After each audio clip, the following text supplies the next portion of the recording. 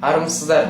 Сіздерге менің аталарым сегіз арыс масқардың арбақты ерлері жерленген киелі тайпақ өлкесіне саяхаттауға шақырамын. Мына суретте Базаршолан округіне қарасты Үркін Сәти қорымы. Үркін Сәти Жәдік масқардан шыққан батырлар. Жәдік бидің шөбересі Уан ұлы Мүниян шейх діни ғұлама адам болыпты. Заманында оқудың кішімен пер ұстаған. Қаракөл мекенінде Мүниян мешіті орны бар.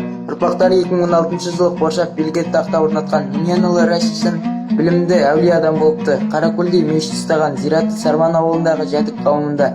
Қаракөлде Құрман масқар Қармас батыр жерленген. Үлкен күмбезді бұл күнде төбе болып жатыр. Құлпытасы жоғалған.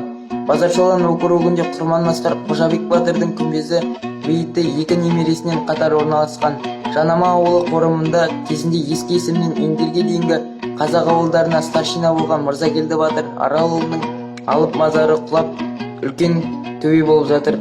Құлпытасы жоқ. Өтебай масқардан шыққан Қарсақбай батыр сардар болған. Қарсақбай төбесінде орыстармен соғысып қаза тапқан. Қарсақбай төбесі Индерден Жаңғалаға қарай 25 шақырым жерде.